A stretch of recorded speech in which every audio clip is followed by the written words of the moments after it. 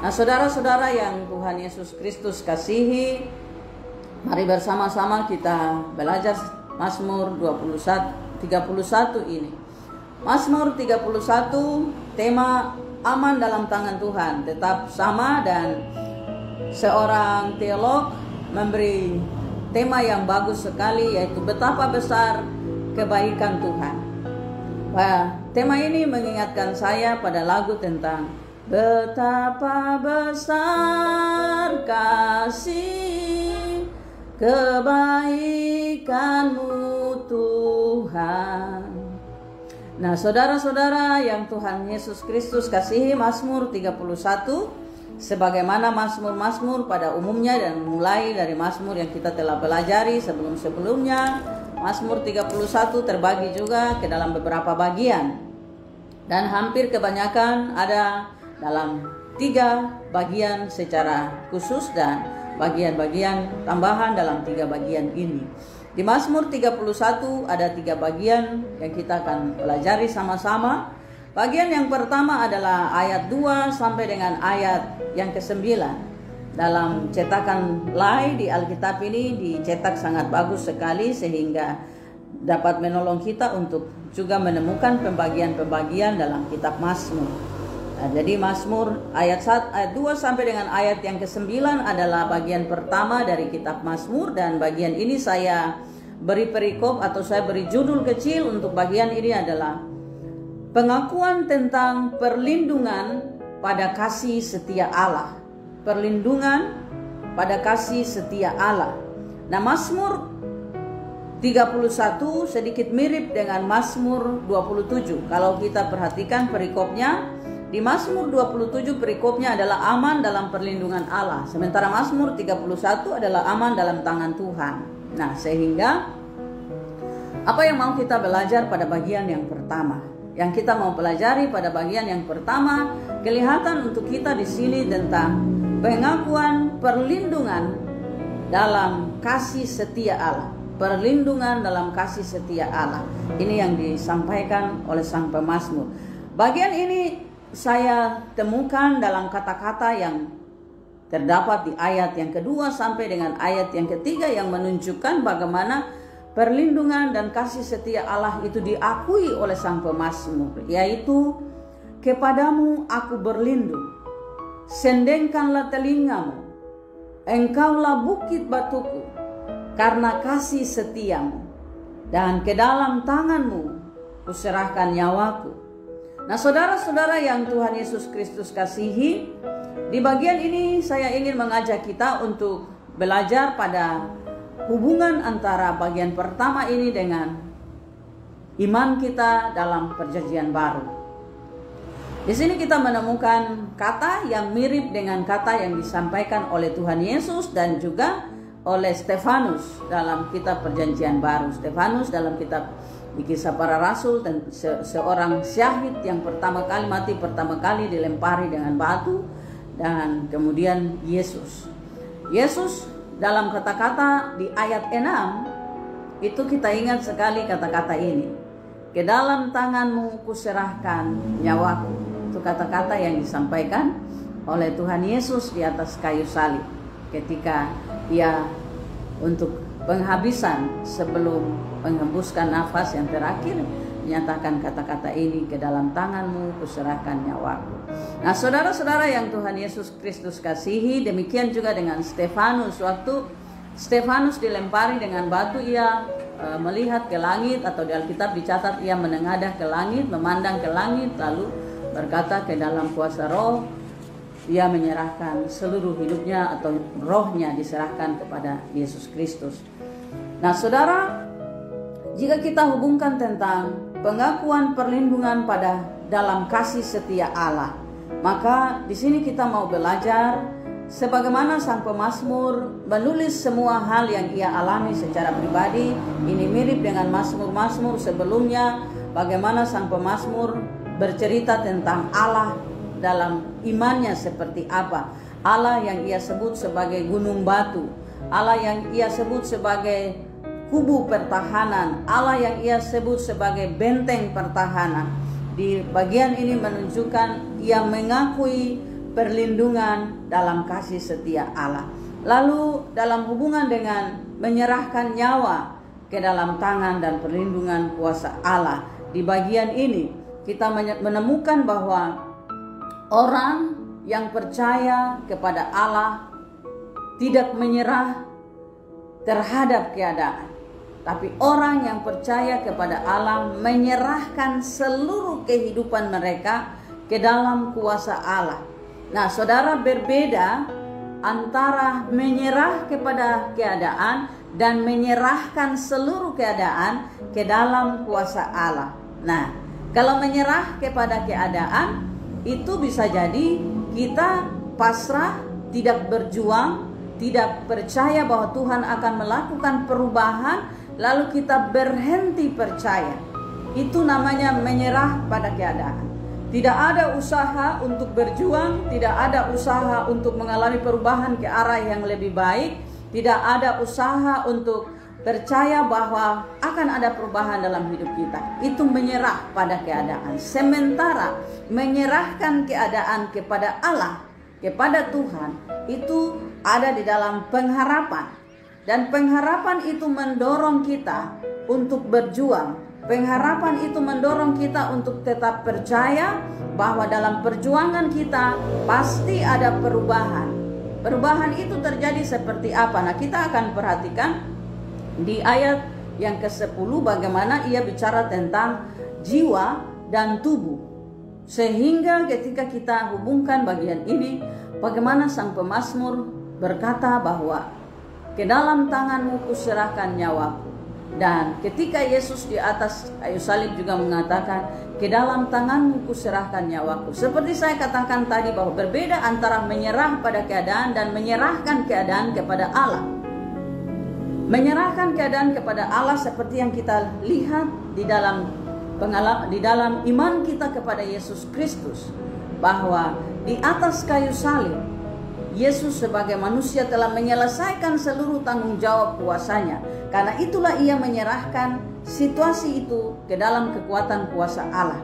Itu bukan berarti Yesus selesai, karena kita lihat selanjutnya setelah Yesus turun ke dalam dunia orang mati, apakah selesai?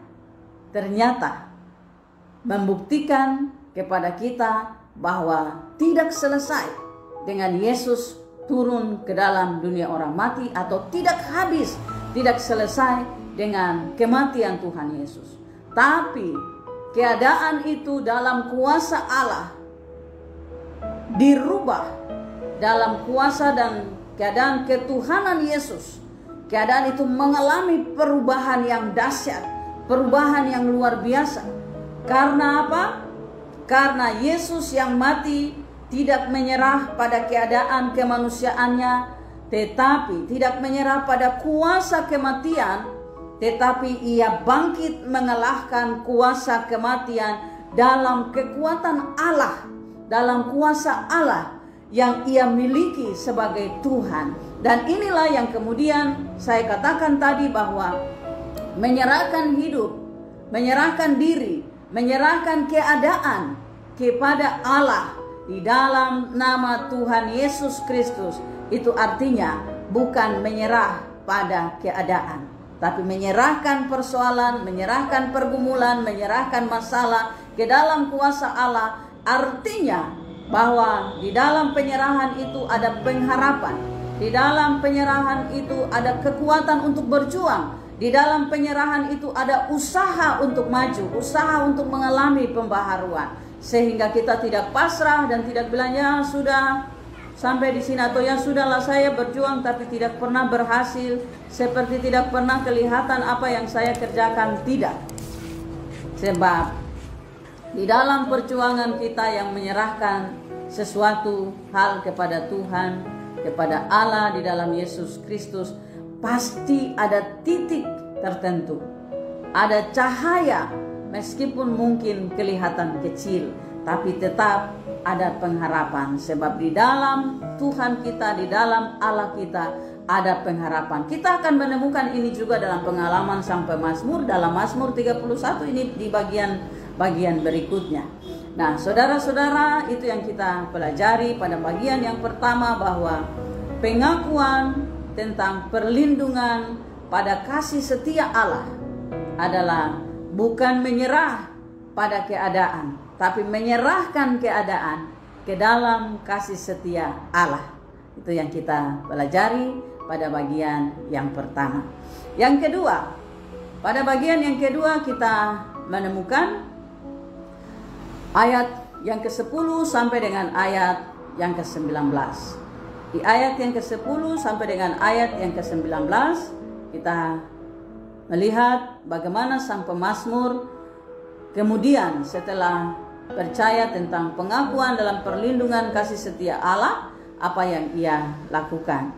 Di sini saya beri tema kecil pada bagian yang kedua adalah minta tolong, doa minta tolong di tengah kesesakan. Seluruh mazmur dari yang telah kita pelajari, dalam keadaan apapun sang pemazmur selalu berdoa minta tolong, dan di sini kita melihat doa minta tolong di tengah situasi kesesakan.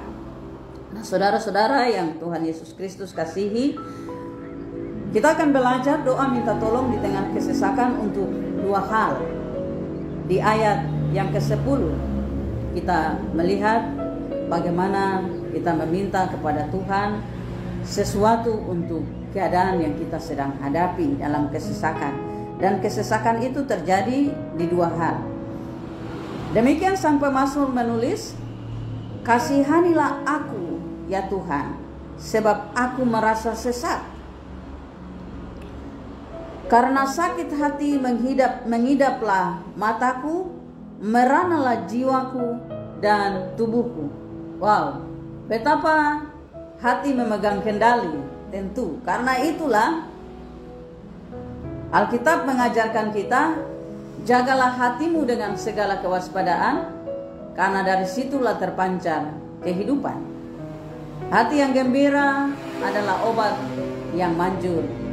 Dari hati timbul keinginan-keinginan, dan apa yang ada di dalam hati akan terpancar keluar dari kata-kata, dari perilaku kita. Hati menjadi pusat. Karena itu di ayat yang ke-10 ini, sakit hati memegang peranan yang sangat penting.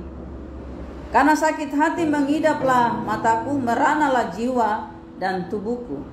Nah, dalam tafsiran saya menemukan mengidaplah mataku berhubungan dengan nanti kemudian sang pemazmur meminta, berilah, terangilah aku dengan cahayamu.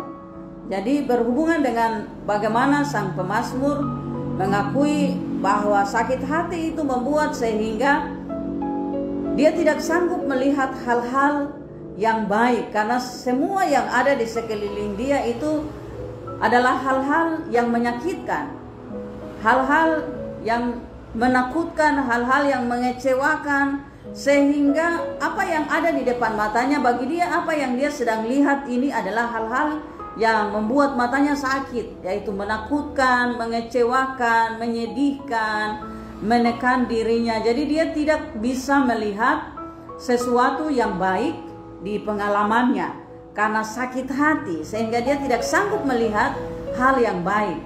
Nah, saudara-saudara yang Tuhan kasihi, saya kemudian juga belajar bahwa benar, kalau kita sakit hati atau kalau kita hanya fokus atau kita hanya melihat hal-hal yang buruk, maka pasti benar bahwa semua akan menjadi buruk. Kita akan menilai semua hal itu buruk dan tidak baik.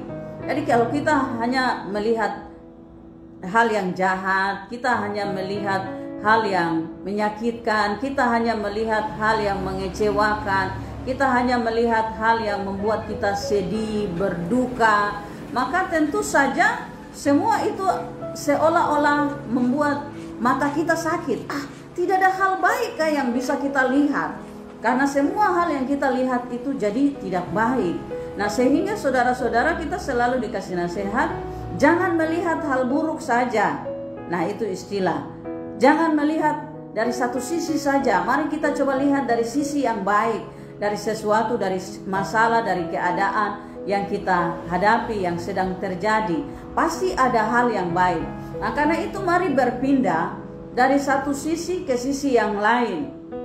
saya belajar di ilmu membuat video, bagaimana membuat video yang baik itu biasanya mereka sebut sebagai sudut pandang atau angle, cara mengambil gambar. Jadi kalau orang hanya mengambil gambar, melihat gambar dari satu arah, pasti kelihatannya monoton, tidak bagus. Tapi kalau orang mengambil gambar dari berbagai sisi, dari arah yang berbeda-beda, maka gambar itu meskipun fokusnya, objeknya hanya satu, tetapi akan menawarkan atau akan menampilkan gambar-gambar yang bagus, karena setiap gambar diambil dengan cara lihat dari posisi-posisi yang berbeda. Nah, karena itulah saudara, jangan hanya melihat sesuatu dari satu sisi saja. Mungkin ketika kita melihat dari sisi yang mengecewakan, masalah ini atau keadaan hati kita, maka tentu seluruh keadaan hati kita akan dipenuhi, atau hati kita akan terus kecewa karena kita hanya melihat sisi yang membuat kita kecewa, atau kita hanya melihat sisi yang membuat kita marah, sisi yang membuat kita jengkel, sehingga hati kita pasti akan terus dikuasai, dipenuhi oleh kemarahan karena apa yang kita lihat. Tapi coba pindah dari yang menjengkelkan kepada mungkin yang lucu kah, atau yang menghibur. Dari situ kita bisa belajar untuk melihat hal-hal seperti itu. Nah, salah satu contoh, sejak saya coba memulai dengan membuat YouTube, membuat TikTok, menggunakan YouTube, menggunakan TikTok, menggunakan Facebook, saya melihat bagaimana orang lain melihat ini. Waktu orang lain melihat, mereka akan menilai sesuai cara mereka melihat. Jadi beberapa waktu saya dipanggil sebagai pendeta TikTok. Lalu ada yang bilang, "Hah, pendeta main TikTok?" Oke, benar, saya main TikTok. Saya pakai TikTok karena itu di situ ada sesuatu. Tapi cara melihat mereka menimbulkan cara menilai, karena TikTok seringkali dilihat secara negatif, dan TikTok hanya dipakai oleh anak-anak muda, goyang-goyang, pamer ini, pamer itu, sehingga secara negatif dilihat secara negatif, maka penilaiannya juga menjadi negatif. Tapi saya kemudian bilang, mari kita lihat dari cara positifnya, dari bagaimana fungsinya secara positif dan secara baik, dan itulah kemudian yang bermanfaat bagi saya. Dari situlah kita melihat bagaimana arah mata kita, apa yang kita lihat itu bisa membuat kita menilai, dan apa yang kita nilai itu masuk ke hati kita, dan ketika masuk ke hati kita, itulah yang dikatakan oleh sang pemazmur bahwa karena sakit hati mengidaplah mataku. Jadi mata juga ikut-ikut kena penyakit karena sakit hati. Nah, mungkin kita yang biasa bilang, wah, ini ada orang sakit mata. Mungkin kawan lihat sembarang-sembarang kah, tidak lihat hal yang benar kah, jadi mata sakit. Atau mata merah. Kenapa? Karena ya mungkin tidak lihat hal-hal baik, tapi itu cuma lelucon saja, hanya mau joke untuk hal yang lucu. Tapi tidak apa-apa, kita juga melihat bagian ini dengan cara untuk menghibur. Nah, saudara, itu yang kita lihat dari hal yang berhubungan dengan mata dalam kaitan dengan kesesakan. Jadi apa yang kita lihat dan timbul di dalam hati, keluar di dalam pikiran, mempengaruhi hati kita, mempengaruhi cara pikir kita, sehingga bisa jadi yang kita lihat bisa membuat kita ada dalam kesesakan. Bukan hanya kesesakan, tapi mata juga bisa membuat kita, apa yang kita lihat bisa juga membuat kita tersesat. Jadi apakah kita harus cungkil mata kita supaya jangan lihat? Tidak. Tapi apa yang kita lihat harus jelas. Apa yang arah mata kita lihat juga itu apa fungsinya untuk kita, sehingga jangan lihat sembarang-sembarang, atau jangan pakai mata untuk hal-hal yang tidak memberkati, tapi untuk hal-hal yang memberkati. Atau mungkin orang akan bilang, kalau ada barang bagus di depan mata berfungsi, jadi bisa pakai untuk lihat. Oh ya, boleh juga. Tapi kalau kita lihat hal yang tidak boleh, mungkin tutup mata supaya seperti begini, kita mata sebelah tertutup, mata sebelah melihat, itu untuk hal-hal yang kita tahu jangan, tapi hati mau lihat. Jadi pikiran kita sudah bilang jangan, tapi yang bagian lain bilang ada barang enak, jadi boleh dilihat. Tapi jangan dipegang, jangan diraba. Itu iklan tentang mata yang lihat barang enak. Oke, saudara-saudara yang berikut, mari kita lihat. Meranalah jiwa dan tubuh. Di dalam tubuh yang sehat terdapat jiwa yang kuat atau jiwa yang sehat. ini peribahasa di bahasa Sanskertanya saya tidak hafal baik, jadi tapi di dalam tubuh yang sehat terdapat jiwa yang kuat. Nah, itu bagus sekali. Bagian ini saya ingat dengan baik sekali karena di minggu lalu secara khusus dalam GKI di Tanah Papua kami belajar tentang tubuh duniawi dan tubuh surgawi. Dan ini dicatat oleh Rasul Paulus dalam surat 1 Korintus pasal yang ke-15 ayat 1 sampai dengan ayat 58 yang cukup panjang menceritakan tentang kebangkitan tubuh. Dan kalau di sini kita bicara tentang jiwa dan tubuh, maka ketika sang pemazmur mengatakan, "Kasihanilah aku ya Tuhan, sebab aku merasa sesak, meranalah jiwa dan tubuhku." Jadi semangat di dalam jiwa kita juga mempengaruhi tubuh jasmani kita. Begitu yang kita bisa hadapi. Karena itu kalau kita memberi penguatan kepada orang sakit, memberi penguatan kepada orang yang sedang berduka, memberi penguatan sedang orang yang sedang bergumul dengan masalah mereka, kita biasanya bilang, jaga kesehatan ya. Mengapa harus jaga kesehatan? Sebab kesehatan tubuh juga bisa menjamin kesehatan jiwa. Di dalam tubuh yang sehat ada jiwa yang kuat. Nah, biasanya juga kalau orang sedih kita lihat, wah orang ini sedih sampai tidak bisa mengurus dirinya sendiri, tubuhnya sampai jadi kurus sekali karena banyak pikiran. Terus waktu kita lihat orang kurus kita bilang, pikiran banyak kah? Ada banyak beban kah sehingga kurus? Terus kita lihat orang gemuk kita bilang, wah orang ini sejahtera. Padahal kita tahu mungkin dia gemuk tapi banyak penyakit. Atau kita juga bilang, ya orang ini kurus sekali, mungkin banyak penyakit. Memang karena dia kurus jadi kelihatan seperti begitu. Jadi antara tubuh jasmani dengan jiwa itu punya kaitan yang kuat sekali, saling berhubungan. Jadi jaga jiwa kita supaya tubuh kita juga menjadi tubuh yang sehat. Nah, karena itu perhatikan orang yang terganggu jiwanya, orang dengan gangguan jiwa seringkali tidak merawat tubuh. Lalu ada orang bilang, ya orang ini cantik karena pasti sejahtera. Jadi kelihatan di depannya bagus-bagus, tidak apa-apa. Karena itu kita bilang mari rawat tubuh dengan baik supaya menolong kita untuk bisa juga ada dalam jiwa yang sehat. Dan jiwa yang sehat juga kelihatan dalam tubuh yang baik. Nah, itu secara jasmani. Jadi jangan orang bilang, ya sudah tua jadi tidak usah pakai parfum, tidak usah pakai minyak wangi, sehingga ada cerita tentang bau tubuh seorang perempuan. Jadi waktu perempuan itu masih nona, masih gadis, wangi tubuhnya itu adalah wangi parfum yang bagus sekali, yang enak pasti. Tapi setelah berkeluarga, mungkin habis sudah berkeluarga lalu punya anak, entah satu atau pokoknya waktu sudah punya anak, bau parfum berubah menjadi bau minyak telon atau minyak kayu putih, karena itu bau dari anak yang pindah bau ke mamanya. Nah, setelah ganti bau parfum ke bau minyak telon dan minyak kayu putih, selama-lama juga berganti ke bau minyak tanah, karena terus ada di dapur dan kemudian tidak merawat tubuh dengan bagus. Jadi saudara-saudara jangan mau jadi bau dari parfum pindah langsung ke minyak tanah. Tidak apa-apa, sampai umur tua sekalipun kita tetap bau parfum. Meskipun parfum sudah beda, karena tentu bau parfum nona-nona beda dengan bau parfum ibu-ibu. Nah, tapi itu contoh sedikit dari bagaimana kita merawat tubuh supaya jiwa kita juga terawat. Nah, kemudian dalam hubungan dengan jiwa dan tubuh secara tubuh jasmani dan tubuh rohani, nah saudara-saudara yang Tuhan Yesus Kristus kasihi, Rasul Paulus menulis tentang bagaimana kita menyaksikan tentang tubuh rohani kita. Nah, tubuh rohani kita memang bukan akan hidup di dunia ini. Tubuh rohani hanya akan hidup setelah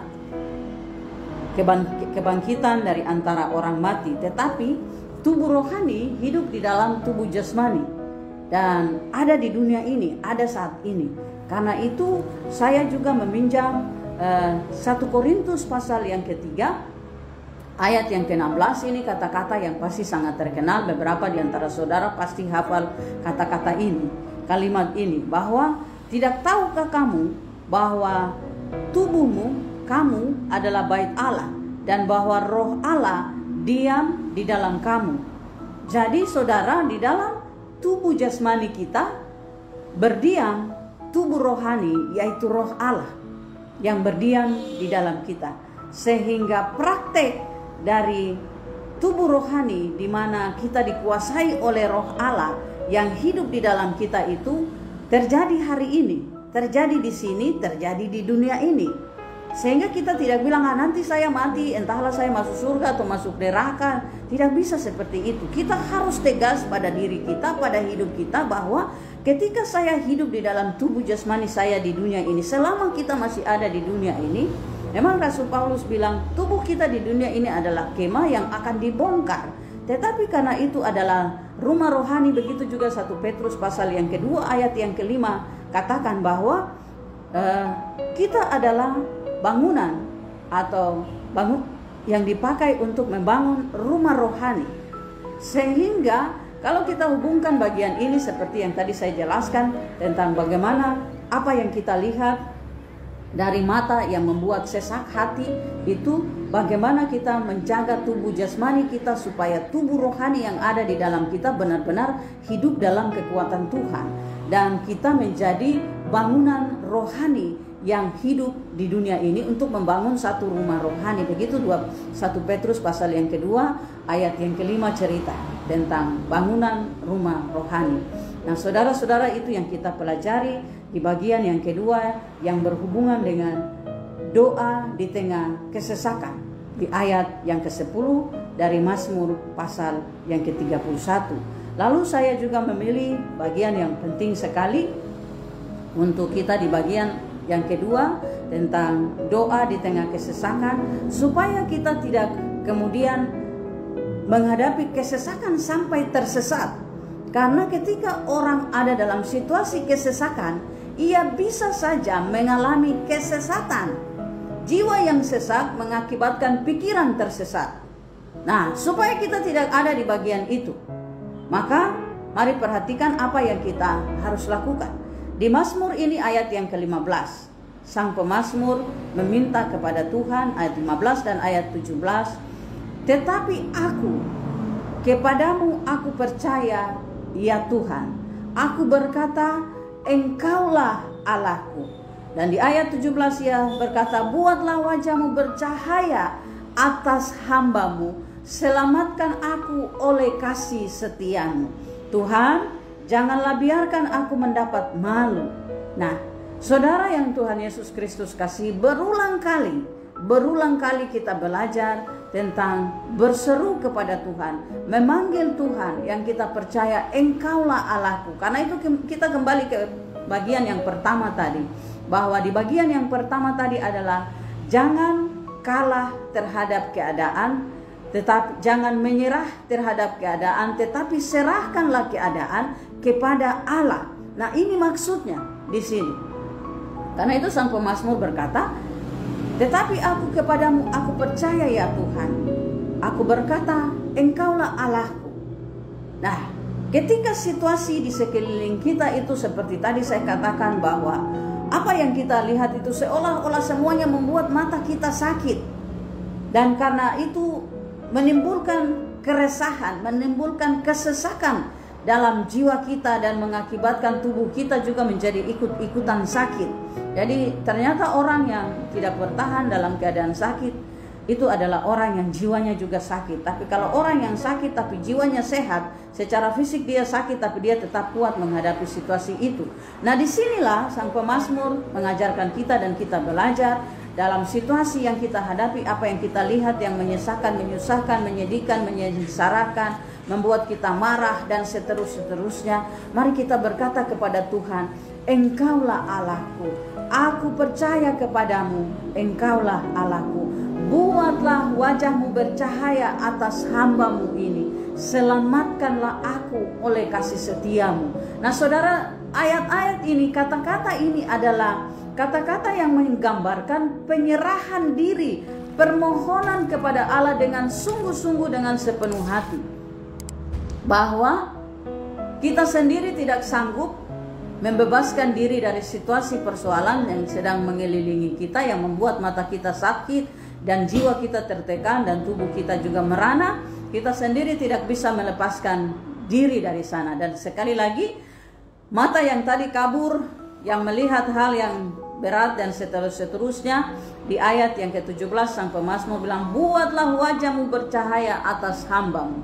Itu maksud saya tadi, bahwa ketika apa yang kita lihat itu semuanya tidak memberi pertolongan, maka akibatnya adalah kita ada dalam tekanan dan kita membutuhkan cahaya untuk menolong kita.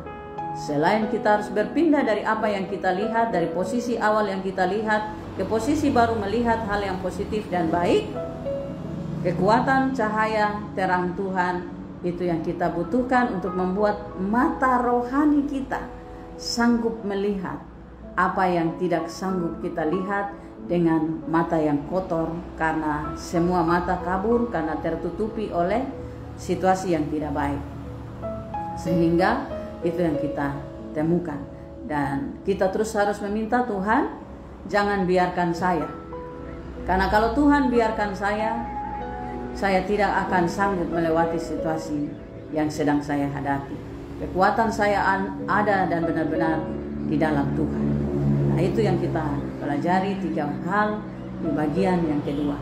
Dan bagian yang terakhir dari Mazmur pasal 31, saya memberi tema kecil, Tuhan tetap ada dan selalu mendengar. Tuhan tetap ada, selalu ada, dan selalu mendengar. Mari kita lihat. Itu ada di ayat 20 sampai dengan ayat yang ke-23. Bagian ini luar biasa. Nah, saudara-saudara yang Tuhan Yesus Kristus kasihi, mengapa bagian ini saya angkat? Karena perhatikan ayat 23. Di ayat 23 sang pemazmur berkata, aku menyangka dalam kebingunganku, aku telah terbuang dari hadapan matamu, tetapi sesungguhnya Engkau mendengarkan suara permohonanku. Nah, saudara yang Tuhan Yesus kasihi, ini dia. Dari semua pergumulan, dari semua cerita, dari semua keluhan yang disampaikan oleh sang pemazmur, seperti seolah-olah dia jauh dari Tuhan. Karena itu bagian kedua tadi, dia minta tolong pada Tuhan di tengah kesesakan yang menakutkan. Di bagian ini menunjukkan kesadaran yang sungguh. Di bagian ini dia bilang, saya pikir waktu saya bingung, saya pikir Tuhan sudah buang saya. Di tengah kebingunganku, aku menyangka dalam kebingunganku, aku telah terbuang dari hadapan matamu. Nah, saudara-saudara, kenapa? Karena kita selalu berprasangka buruk kepada Tuhan. Kita selalu berprasangka negatif, taruh dalam pikiran kita, kemungkinan, mungkin begini, mungkin begitu, saya pikir begini, saya pikir begitu. Dalam keadaan kebingungan, kita pikir bahwa Tuhan melupakan kita. Ini satu pernyataan yang luar biasa bagus sekali. Di tengah kesesakan kita pikir Tuhan melupakan kita. Di tengah situasi yang sedang berat kita pikir Tuhan melupakan kita. Bahkan sang pemazmur berkata, di tengah aku menyangka dalam kebingunganku, aku telah terbuang dari hadapanmu. Seperti Tuhan sudah tidak memperhatikan saya, seperti Tuhan sudah tidak mendengarkan saya. Dan ini yang dia bilang, tetapi sesungguhnya Engkau mendengarkan suara permohonanku. Saudara-saudara yang Tuhan Yesus kasihi, lalu saya bagian ini selalu menghubungkan dengan lagu-lagu, sebab kemarin kita sudah belajar bahwa Allah bertahta di atas puji-pujian, dan ketika kita masuk ke hadapan hadirat Tuhan, salah satu ucapan syukur kita adalah memuji Tuhan dengan mazmur dan nyanyian puji-pujian, dengan kidung puji-pujian. Apakah nyanyian pujian itu adalah nyanyian rohani atau nyanyian lagu surga yang kita bilang lagu surga, lagu dunia. Ternyata lagu surga itu adalah lagu yang dinyanyikan oleh para malaikat. Lagu dunia adalah lagu yang dinyanyikan oleh orang-orang di dunia termasuk kita. Karena itu ketika kita memuji Tuhan dengan lagu yang kita ciptakan sendiri, lagu yang menurut kita itu lagu rohani, maka itulah puji-pujian kita. Sehingga saya selalu senang menyelipkan bagian lagu-lagu tertentu dengan bagian Alkitab yang saya pikir ada hubungan di bagian ini, sehingga waktu kita lupa ayat Alkitab itu kita menyanyi lagunya. Dan ini lagu yang saya hubungkan dengan Mazmur pasal 23. Saya pikir di kebingungan saya, di kesesakan saya, di kelemahan saya pikir Tuhan sudah kasih tinggal saya, atau Tuhan sudah tidak dengar saya. Ternyata Tuhan mendengarkan doa permohonan saya. Nah, lagu itu, ini lagu yang kita sudah biasa menyanyi. Musim akan selalu berganti, kasih Tuhan tetap abadi, tak akan berubah sampai selamanya. Ku tetap percaya, ku yakin Tuhan memberkati,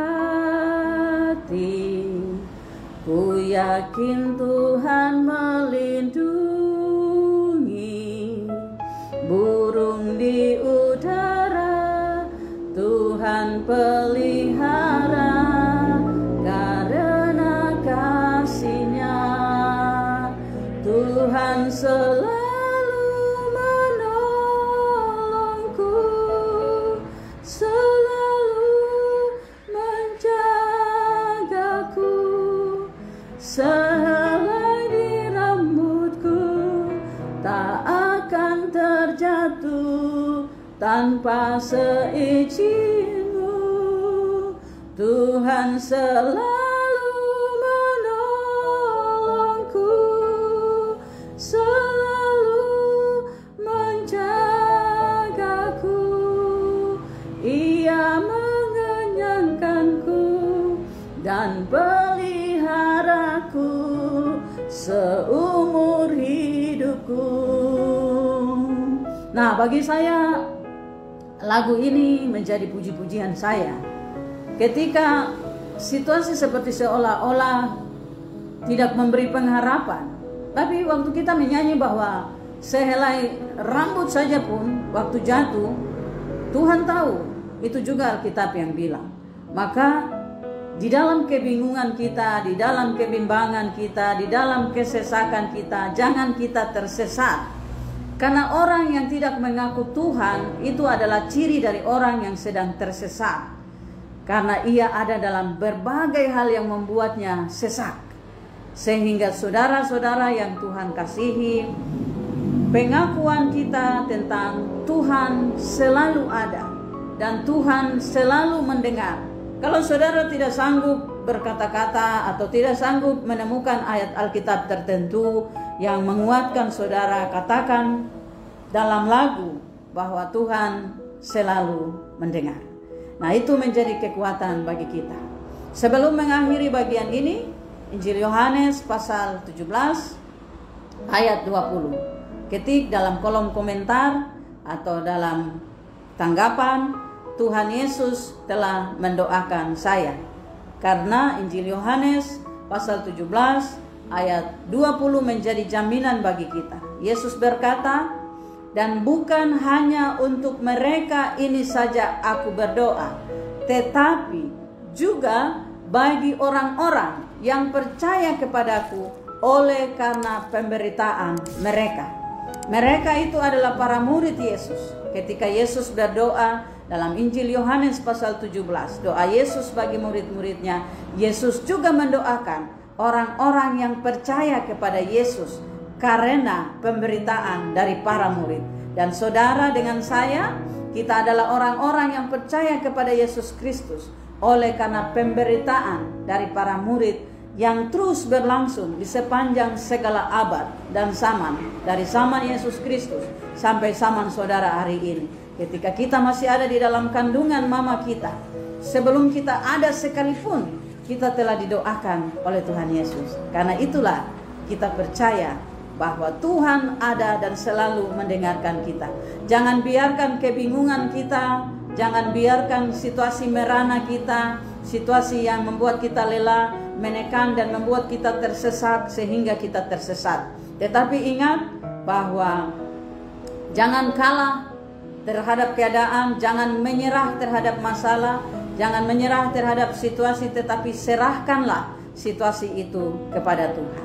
Tuhan Yesus Kristus memampukan saudara di hari ini untuk menjalani seluruh hari ini dengan kasih sayang Tuhan bagi kita semua. Amin.